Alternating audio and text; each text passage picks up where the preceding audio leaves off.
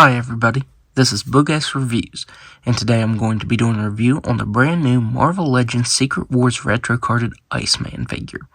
So before we take a look at Iceman, let's go ahead and take a look at all of the numerous accessories that he comes with. So first up, he comes with his Secret Wars shield, and it's lenticular. You can see Bobby Drake, and then Iceman right there. That looks pretty cool. You can clip it to his wrist, or peg it into his back. Like that. It looks utterly ridiculous, but if you want to do that, you can. Up next, he comes with a set of fisted hands. Up next, he comes with a set of open hands. Up next, he comes with a snowball. The only hand that I've actually been able to get this in is the left hand. The grip's not really tight enough on this right hand. He's just barely holding it in that left hand, but it does stay for the most part, so I'm impressed by that. Up next, he comes with his ice slide. And I love how this is cast in a translucent plastic, and the way they painted the white on there looks really good. It gives it that kind of frosted effect. So yeah, I really like how that looks. Up next, he comes with these ice effects that attach to his wrists, and these look fantastic. They're cast in translucent plastic just like this effect is, with some white paint over top of it, and that looks really good. But you can only have them in this position. I wish there would have been a way they actually attached to his hands. You know, I wanted them out in front of him like he was making his ice slide. So if you try to get his hand up like this, then you can see that's not going to work. It attaches down here at the wrist, and it only does that. So yeah, I'm really disappointed in these effects. I think it would have been really cool. Maybe they could have just made a set of hands where these were attached. I don't know, I think that would have been a really good option. That way you could actually have him using his powers. That would have been really good for photography purposes as well. So while these look good, I'm really disappointed at how you attach them to the figure. I think it looks kind of ridiculous. Up next, he comes with his standard smiling head sculpt. And I like this head sculpt the best. It just looks really nice.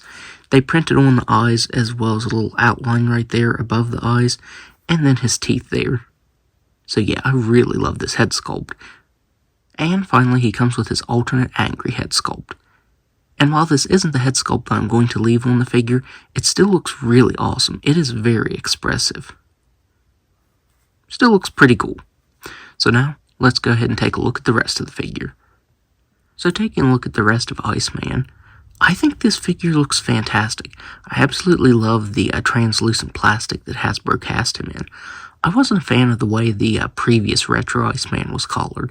He was like this really, if I remember right, he was like this really shimmery color. I don't know, I just really didn't like that. But the translucent plastic here looks fantastic. I do feel like they could have thrown some white paint on him like his effects have. But I still think it looks pretty good for the most part. The one thing that really stands out is the butterfly joints. The butterfly joints are really far in there. You get some gappage between his arms and up here because of the way the butterfly joints are. Yeah, that's very strange. I originally thought that this was the same mold as the previous retro carded Iceman figure, but it is completely pinless. I mean, they could have altered the sculpt a little bit to make it pinless. But yeah, I know the upper torso for sure is brand new because you get this peg hole for his Secret Wars shield. But yeah, the pinless, I have to say, the pinless does look really good. A figure having pins is kind of a non-issue for me. I really don't care either way. But I do think that looks pretty good. Here he is compared to the previous retro-carded Iceman figure. I wasn't super fond of the color that they cast him in, so I ended up doing a dry brushing of light blue. I was kind of trying to make it like the Toy Biz Iceman figure. That was the color scheme I was going for. But yeah, this one is leagues better. As I said, like, the legs, the muscles look like they're in the same spot to me. I know the feet are the same, the Sunfire feet. So yeah, I can't tell if this is just an altered sculpt or some of it does use brand new parts. Either way, it's still a really good figure. I believe this belt is brand new. I don't remember seeing this belt on any of the other Marvel Legends figures before. One thing about this figure that does bother me, honestly it's kind of a nitpick, is the knee and the elbow joints are cast in white plastic. They're cast in a different material than the rest of the figure. I've noticed some Marvel Legends and a lot of McFarlane figures do that. They probably just make these out of a different material, that way they don't break over time. So now, let's go ahead and go over his articulation. So he has a ball hinge head that can look up all the way. He can look down all the way. He can move his head side to side. He has shoulders that can move all the way out. I guess maybe the reason why he has that gappage is so his arms can move all the way out without scuffing the plastic up, but it still is a bit of an eyesore. He has butterfly joints. They can move back really far, but not forward too much. I wish Hasbro would fix that. I want them to move forward more than back. I don't really know of any pose with Iceman where I'm going to have him in that kind of position. He has a swivel bicep, double jointed elbows that can bend in that far, wrists that can move up and down and spin all the way around, ab crunch that doesn't quite want to move back that far. It feels like I'm going to split the figure right here when I move it back. The forward movement is the same.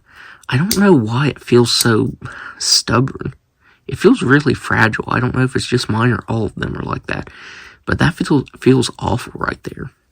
He has a waist swivel that can move all the way around.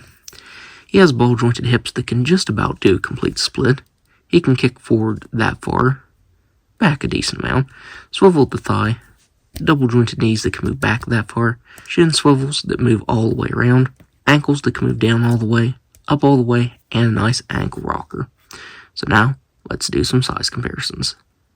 So first up here he is next to the previous retro-carded version of himself. I kind of regret doing that dry brushing of blue now. I do think it improved the figure, but this one is actually really hard to get now. It really shot up in value, which is crazy because I remember not too long after it came out, he was littering shelves at Ollie's. He had about as many figures at Ollie's as the Eternals do.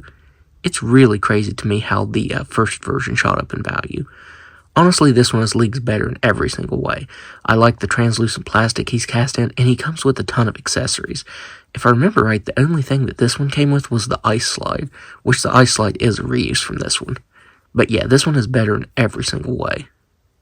Here he is next to the retro-carded Electro figure, and it's actually rumored that we're going to be getting a brand new one very soon. It's supposed to be on a Secret Wars retro card. I think Falcon, Daredevil, finally a single release of Daredevil. Who else is going to be in that wave? Constrictor, Absorbing Man. I forget who else. But yeah, it's rumored that we're going to be getting some more Secret Wars figures, and Electro is going to be part of them, if it's true. Here he is next to the Defenders box set Daredevil figure. If the rumors are true, I will be so happy to finally replace this one. Here he is next to Secret Wars Captain Marvel and Doctor Doom. And finally, here he is next to the Secret Wars retro-carded Wolverine and the Spider-Man retro-carded Symbiote Spider-Man figure. I couldn't actually find my Secret Wars Spider-Man figure, so I had to get this one out. So, overall, I would highly recommend picking this figure up if you find it. As I said, it is definitely better in every single way than that previous retro-carded Iceman figure. Not only was I not fond of the color that he was cast in, but he came with almost no accessories. And this Iceman release fixes that. He's actually cast in translucent plastic this time, and he looks fantastic. And he comes with a bunch of accessories. I will say my two biggest gripes with the figure is the ab crunch. It doesn't really want to work. It feels like the figure's going to snap, which I did forget to mention. Translucent plastic can also break. It's prone to breaking. Just about every figure I have that's actually cast in translucent plastic has broke. It definitely gets brittle over time, and that does worry me. Not only am I worried about it yellowing, but I'm afraid of it getting brittle over time, especially since that ab crunch already feels brittle. And I don't like those effects that he came with. I mean, they look great, they just should have attached in a different way. They should have pegged into his hand, or even just pegged into his wrist.